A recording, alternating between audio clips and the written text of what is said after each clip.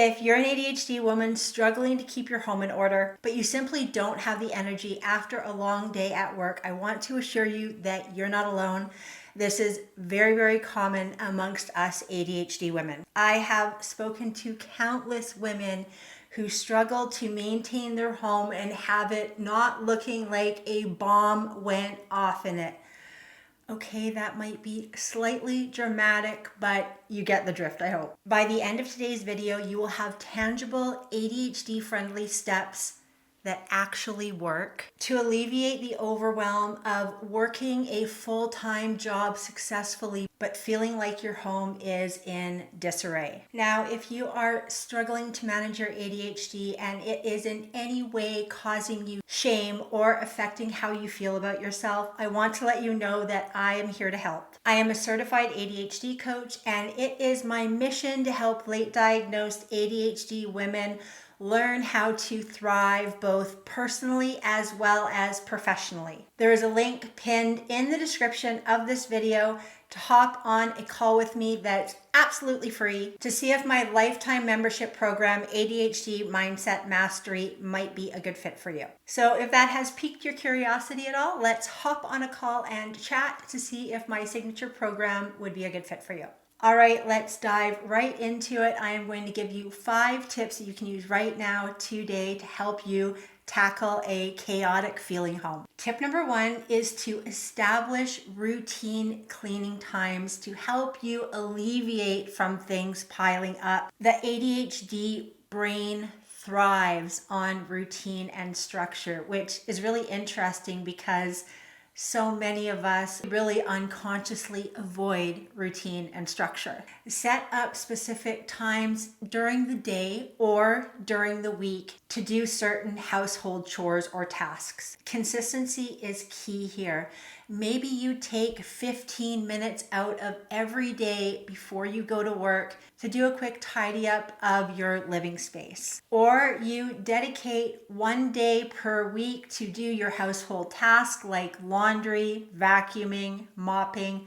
You know, all of those mundane things that later on in this video, I'm going to give you some tips and tricks on how to sparkleize. Now, tip number 2 is one of my favorite tips, and that is the 3-box method. Begin by grabbing 3 boxes. I love using milk crates, or you can use laundry baskets, you know, the smaller ones that you carry around. Now, box number 1 is going to be for things that need to be removed from that room and put into another room. Box number 2 is for trash and recyclables. And box number 3 is either for donation or long-term storage. So what do we do with these 3 boxes? We bring them into a room and we start at a corner, and then we do a round of the entire room, clockwise or counterclockwise, picking things up and putting them in the appropriate box. And if one room is too overwhelming, maybe it's a larger room or it has a lot of items in it,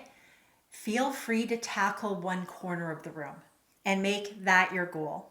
I love using the Pomodoro technique, where you take a 30-minute block to really put your head down to do a task with the reward of a break afterwards so that it doesn't feel too daunting. Once the room is clean or the corner of the room is clean, then you take the boxes out of that room and you empty them. You either put the things into long-term storage or set up a box to take to a thrift store or to donate. You can place the items that you took out of the room to put in other rooms away, and then trash and recycling. You get the drift. It's amazing how fast a room can get clean and organized by using the 3-box method. Try it and let me know how it works out for you. Now, tip number 3 is the 1-minute rule. And the 1-minute rule I want you to really think about as the compound effect. If you take off your jacket, hang it up instead of throwing it on the ground. If you're finished with a cup after you've had your coffee or a cup of tea, bring it to the kitchen and put it in the dishwasher, not just in the sink. A lot of the reason that so many of us with ADHD struggle is because of the compound effect. We took that 1 cup and we put it in the sink, and then all of a sudden it's 3 cups and 5 cups in a saucer, and then you have a sink full of dishes that you don't feel like doing.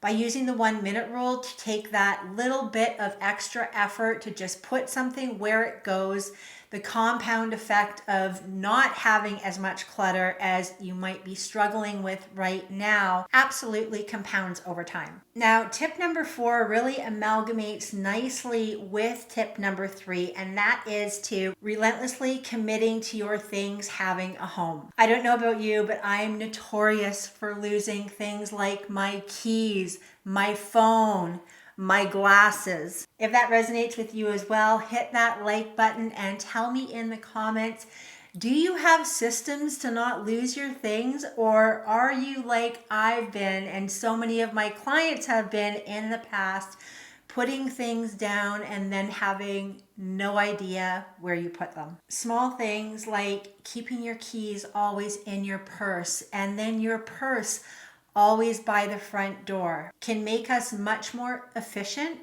as well as mitigating the chances that we're going to be late when we do have to run out the door, because we have a system and a place for everything. Because let's face it, when we are running late, we are feeling overwhelmed and angsty, and emotional dysregulation actually makes our ADHD symptoms worse. So it affects our executive function deficits even further. And I do have a video pinned in the description of this video all about how emotional dysregulation affects our ADHD symptoms. So feel free to check that video out after you finish watching this one. Now, when it comes to things that we're using on a constant basis in our home, like our cell phone or our glasses, I've come up with a pretty cool system that I want to share with you. So feel free to steal it if it's something that you think that you can use. If you have painter's tape, great. If you don't have painter's tape, please go out and buy some. It's the green tape that you can buy at Walmart or the hardware store. And the point of the painter's tape is that it won't damage surfaces.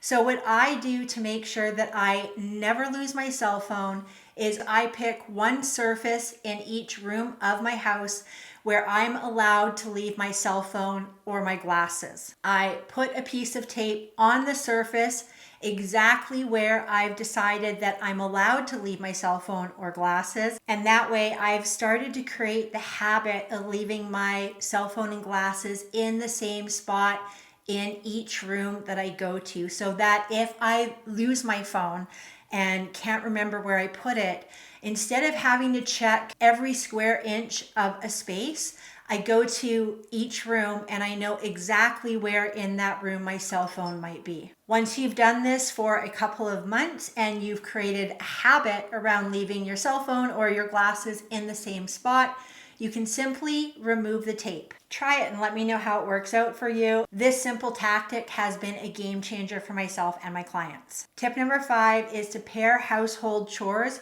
with something that gives you dopamine. Now, what do I mean by that? Here are some ideas for you.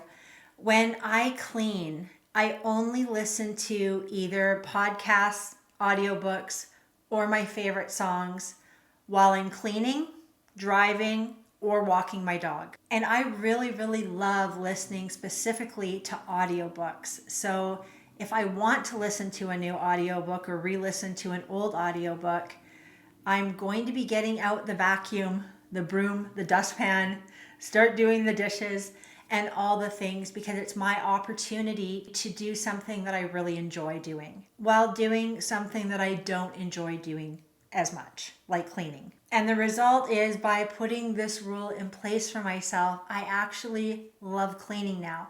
Now, do I love scrubbing toilets? No. But I love the fact that I'm more engaged listening to my audiobook because I'm doing something. And then I absolutely love how it feels after my place is cleaned and I've spent the last hour listening to my favorite audiobook. Another tip you can use is body doubling. Why not call a friend while you're cleaning or reorganizing something? It's a great way to sparkleize a monotonous task. And my final sub tip in this category is to invite somebody over to motivate you to clean up or tidy up your home. A lot of ADHD people really thrive when they're feeling the pressure. So calling somebody up and saying, hey, do you want to come over this weekend, is a great way to motivate you to clean up your place, because heaven forbid, we don't want people to know how we actually live. So by inviting someone over, that might be the motivation you need to get a little bit more cleaning done. Now, my only caveat to inviting somebody over is if it is going to cause you so much overwhelm and stress instead of motivating you, then maybe that might not be the best idea for you. So try the other couple of suggestions that I offered earlier. And finally, aim for progress over perfection. It's absolutely okay if your home does not look like a scene from HGTV. A little bit of clutter is not going to kill anyone. And if your way of organizing your life at home